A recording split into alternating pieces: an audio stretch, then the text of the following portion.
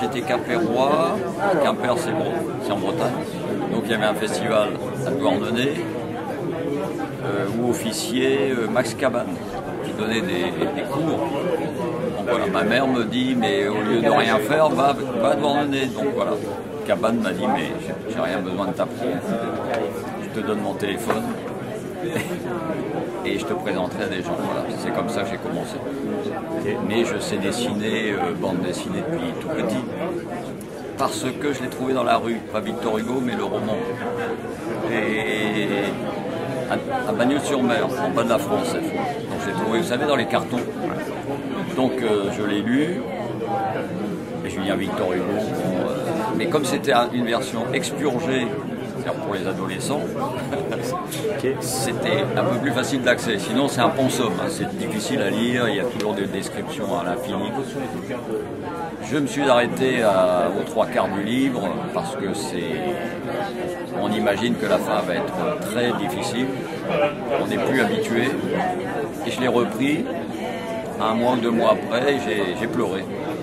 Voilà. Donc j'ai proposé ça à l'éditeur qui adore Victor Hugo.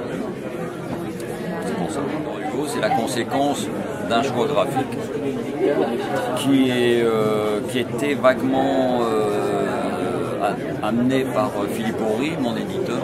Hein. Donc je suis allé voir les grands classiques que je ne connaissais pas, Franklin Booth par exemple, B2OTH, très grand illustrateur du XXe siècle.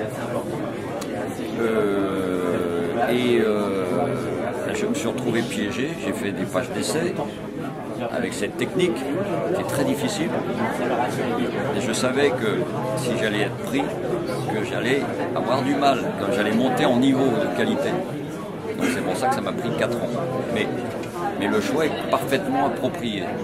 Le choix technique. Le choix technique, c'est exactement le fait de ne pas faire de contours, de silhouettes. Vous comprenez ? Ne pas faire de contours, de travailler en volume avec des petits traits pour faire apparaître le personnage, par exemple, et la lumière entre dans le personnage. Donc il n'y a pas de contour. C'est beaucoup plus long, beaucoup plus difficile. Voilà. C'est crayonné, brouillon d'abord, énormément de travail de composition, comme je suis un peu long à la détente, donc ça prend du temps de trouver parce que en fait ce sont des illustrations assemblées en fait, mises en bande dessinée. Et après je prends la plume, encre de Chine, classique, et je fais mes petits traits, très lentement. Et c'est comme si par exemple je fais un visage, je vais faire de la marqueterie. Je vais faire des croisements de petits traits, assemblés, mais très réfléchis. Donc pour faire comme une sculpture. Et ensuite, je vais pouvoir rehausser avec de la mine de plomb, du crayon, pour faire des zones plus profondes. Mais ça se voit pas trop, parce que j'ai une micro-gomme en plus après. Non mais c'est un travail d'enlumineur. J'ai une micro-gomme pour enlever les zones que j'aurais foncées. On ne voit pas vraiment. Voilà.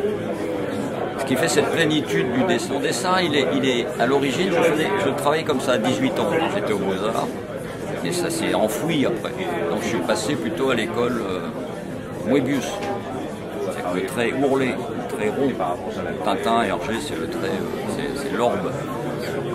Et là, j'étais obligé constamment de regarder Franklin Booth, Bernie Wrightson,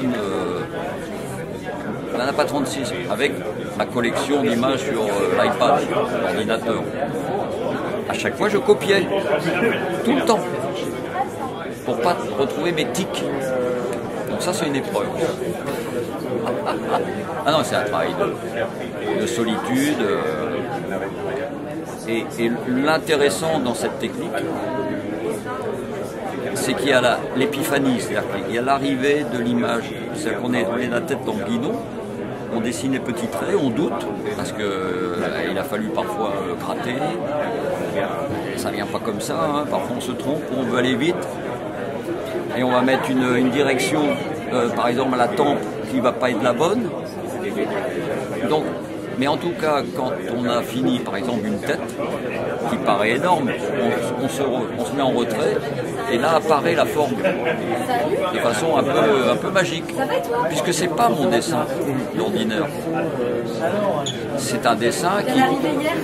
L'histoire encore plus improbable, c'est que je m'inspire d'un artiste début du XXe siècle, Franklin Bruce, donc américain, qui lui-même copiait les gravures du XIXe siècle.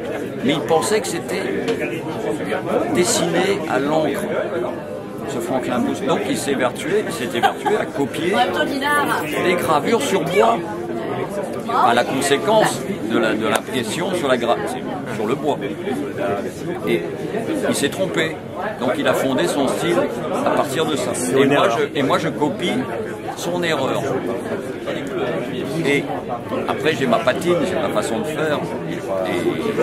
Mais pendant 149 pages, il a fallu que je regarde constamment, je navigue entre mon dessin et l'écran d'ordinateur.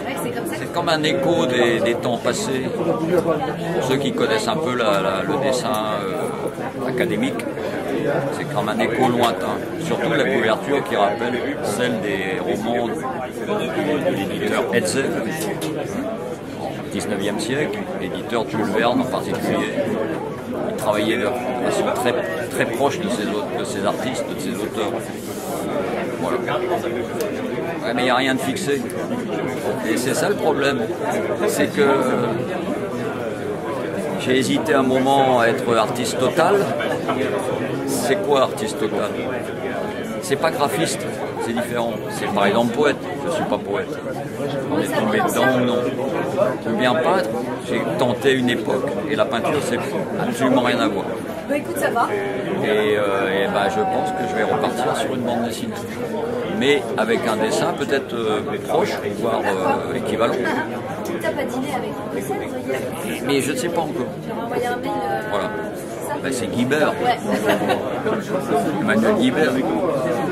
Parce qu'il a performé, il est passé d'un dessin quand il faisait son premier tome, j'ai plus le nom, d'un dessin un peu classique comme moi, et il est passé à une forme de syncrétisme, de synthétisme graphique, avec un dessin un peu RG1, il s'est un peu déplacé. Voilà. Et ensuite, il a une palette technique toujours fort à propos, quoi que soit ce qu'il traite, qui m'impressionne. Voilà. Oui, c'est Emmanuel Guibert. Bon, après, il y a Prud'homme, il y a Blutch, mais c'est Guibert, par exemple.